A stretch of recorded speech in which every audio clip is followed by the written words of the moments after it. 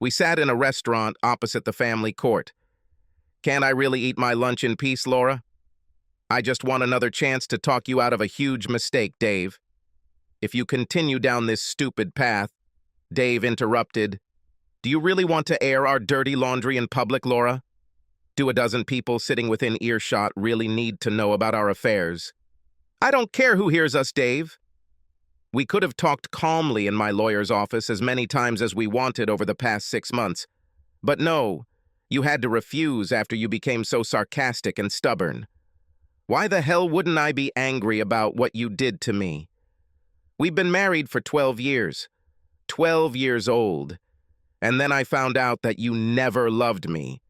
I was only a convenient donor of material for our 2 children and, well, a source of funds. Let's not forget about that. Dave snorted. Let's just call me Dave's bank. Laura left this harsh remark unanswered. It was true, after all, and she was human enough not to be proud of that fact. In the silence that followed, both interlocutors thought about their own things. Dave thought about what an unspeakable nightmare his once happy life had become. One day, before lunch, he was sent off work due to illness.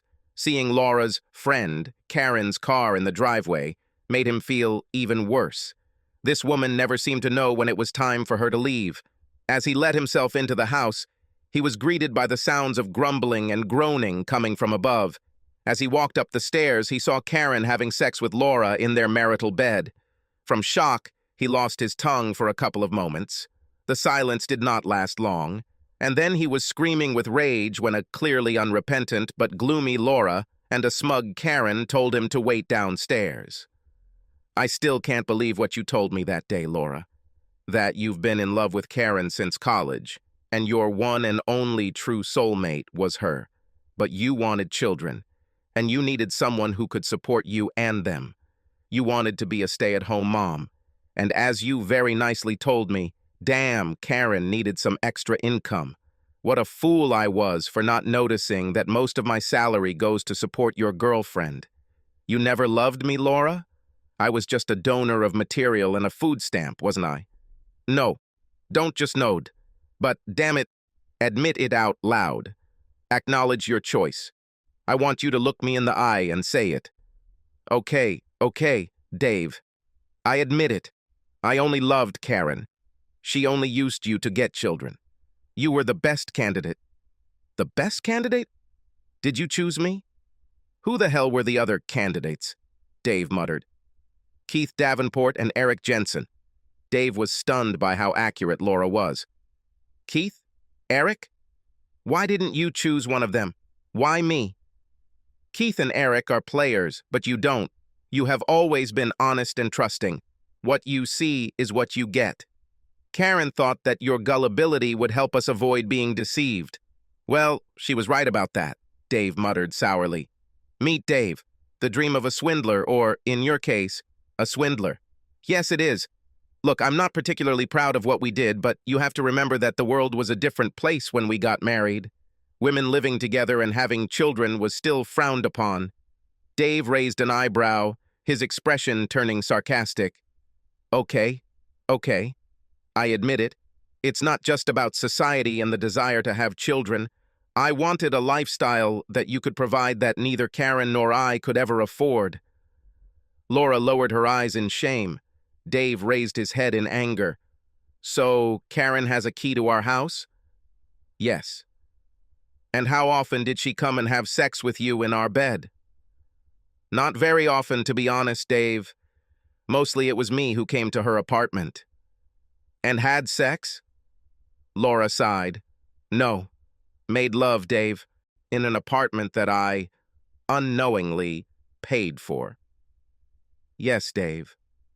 Laura lowered her eyes. Confronting all her actions like this was very awkward. At heart, she had always considered herself a decent person, trapped in her behavior by a society that did not know what minorities like her and Karen were subjected to on a daily basis. So you never really loved me, Laura? Even at the very beginning? No, sorry, Dave. I love Karen. I like you, Dave, and I respect you completely. But I'm sorry, I can never love you. Something in the expression of Dave's jaw, the cold fury in his eyes, made her twist the knife just a little more. Actually, at first I hated sex. I wanted to vomit. I probably deserve an Oscar for my role, but after a couple of years it stopped mattering. Our whole damn life is just a scam organized by you and your mulatto girlfriend.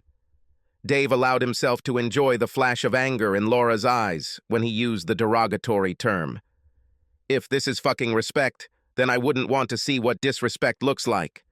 Despite her anger, Laura did not look at Dave, but this did not stop him, and he continued, "You really are something special, aren't you, Laura?" This was the final insult for Laura. Yes, she felt damn guilty, but the anger that had been simmering during their conversation flared up again and washed over her like a tidal wave.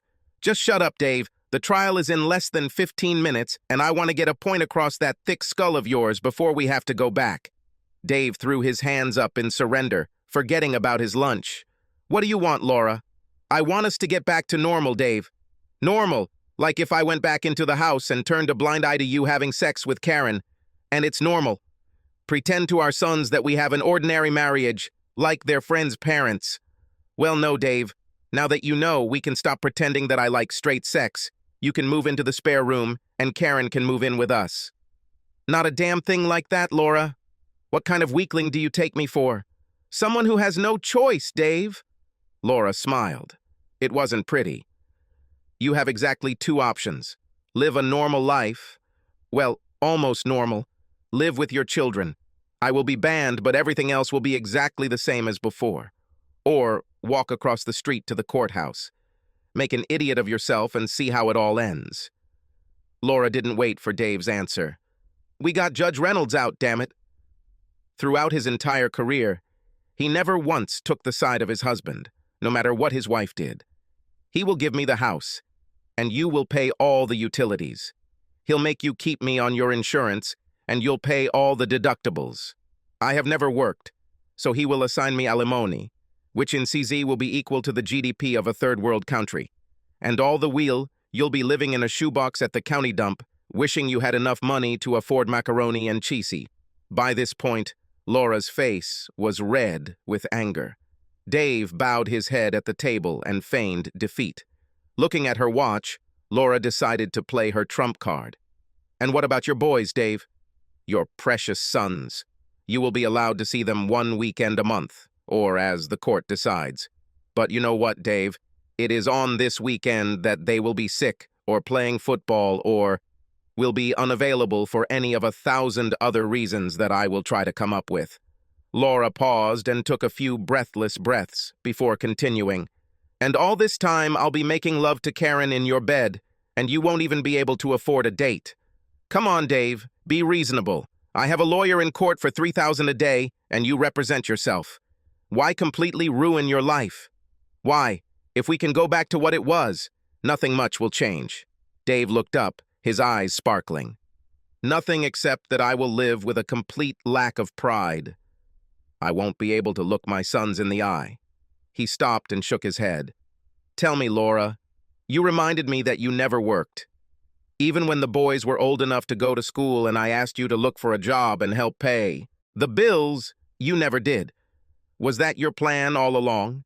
Put yourself in a good position in case I ever discover your sneaky little secret and you need the leverage that non-working spouses get in a divorce?" "Yes," Karen suggested it. "Besides, we could see each other during the day." "Oh, and the penny has dropped. So that's why she only worked as a waitress in the evenings so she could spend all day, every day with you, while I worked hard to provide for the family and pay the difference for her apartment, which she couldn't afford with minimum wage and tips. Look at it this way, Dave. If she moved in with us, it would save you a lot of money." Laura looked at her watch, but Dave spoke next. "Why do you want to stay married, Laura?" "Because boys need a father, Dave." And then, as if by the way, "And I don't want to see you destitute and empty, Dave. You are a good person and do not deserve the storm that will fall on you if you do not complete the program. So, nothing can be done about the fact that the boys refuse to stay in their own house when their mother's girlfriend spends the night, They will stay with Mom and Dad. Did you really think that I didn't know, Laura? Or is it that you're rapidly losing all your girlfriends who leave you when your disgusting behavior becomes public? Is this because our priest has asked you to stay away on Sundays? Does this sound familiar to you, Laura? Laura just shrugged and looked at her watch again. Time to go. What do you say, Dave? I'll say. See you across the street, bitch. Laura sighed in disappointment, stood up and walked back to the court. The divorce hearing ended after 47 minutes and went about as Laura had expected. Judge Reynolds ranted about husbands who refused to participate in counseling, how stay-at-home mothers are saints who must be protected, and protected from evil husbands who disdain such outdated concepts as fidelity. Karen was jubilant when alimony was awarded. It was even higher than Laura's lawyer had predicted. Laura was even a little upset. Dave really was a good guy. She was already thinking about not cashing a couple of checks so Dave could intervene with the kids and maybe the best friends she'd lost.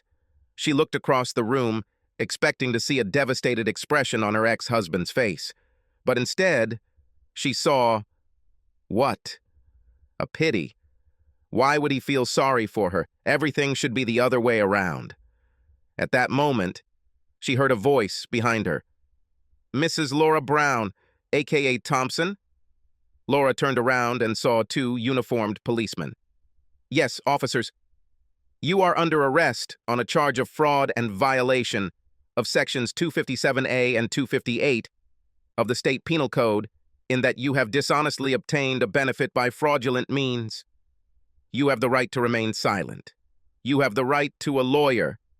His boring recitation was interrupted by Karen bursting in from the public gallery. What the hell benefit did she get? The second policeman spoke. Alimony, child support, free housing, and that's just a few of them. Are you Karen Smith?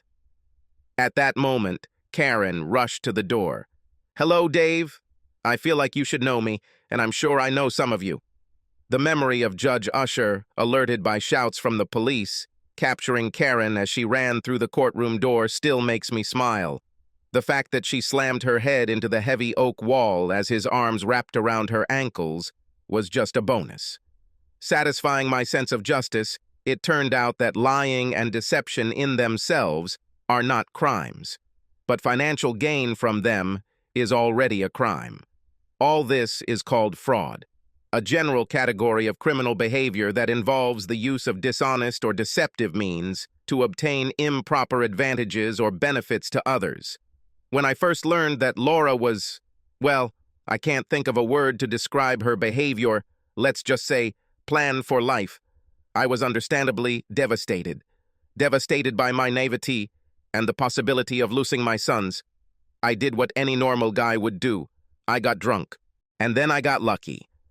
While I was telling my story to my friend Jono, another couple at the bar overheard my story. Tom and Mike were holding a wake for Tom's marriage at the same bar Jono and I were at. That day, Tom's divorce was finalized, and he became Judge Reynolds' latest victim. Tom wanted to hurt someone, and my story gave him a way out. You see, Tom and Mike are state detectives. Jono. Tom and Mike dragged me home, and the four of us began plotting. The financial fraud of Laura and Karen consisted in the fact that the women supported themselves exclusively at my expense. All this was not quite as we would like, and with rather weak evidence. That's why we needed them to win our divorce case. Laura's clear admission of intent to deceive me, recorded by Tom sitting at the next table in the restaurant with a tape recorder, and Judge Reynolds' decision, which he rendered, allowed for the proof of intent, dishonesty, and profit. Laura's lawyer tried to argue that the recorded conversation was legally void.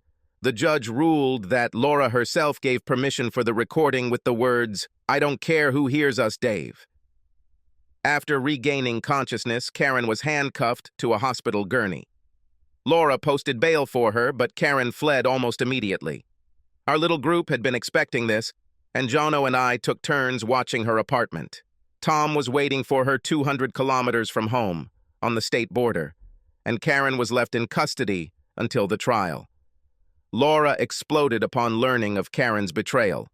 Her mistress was her main witness, as well as her supposed soulmate. Laura stopped supporting Karen, whose lawyer convinced her to plead guilty, which undermined the strength of Laura's case. The judges in both cases were outraged by this disgusting behavior, and both women received 5-year prison sentences. Laura's sentence was extended by 6 months when she struck Karen when she first met her in the exercise yard of a women's correctional facility. She was not even allowed to attend the second family court hearing where everything was returned to me. By the time Laura was released, a disappointment to me, 4 years later, I was already married again to Tom's beautiful sister, whom my boys call Mum. I asked them if they wanted to visit their birth mother in prison, or even if they wanted to have anything to do with her after she was released, but every time she was mentioned, I received the same indifferent shrug. Laura increasingly persistently sought to meet with them, but in the end she always left, sobbing and remaining alone. No matter how painful and difficult it was, in the end, I became a wiser person, and much happier. Subscribe to our channel so that your second chaff doesn't cheat on you, and go ahead and listen to the next story, because this story is nothing compared to the next one. If you're under 18, don't even think about listening to the next one.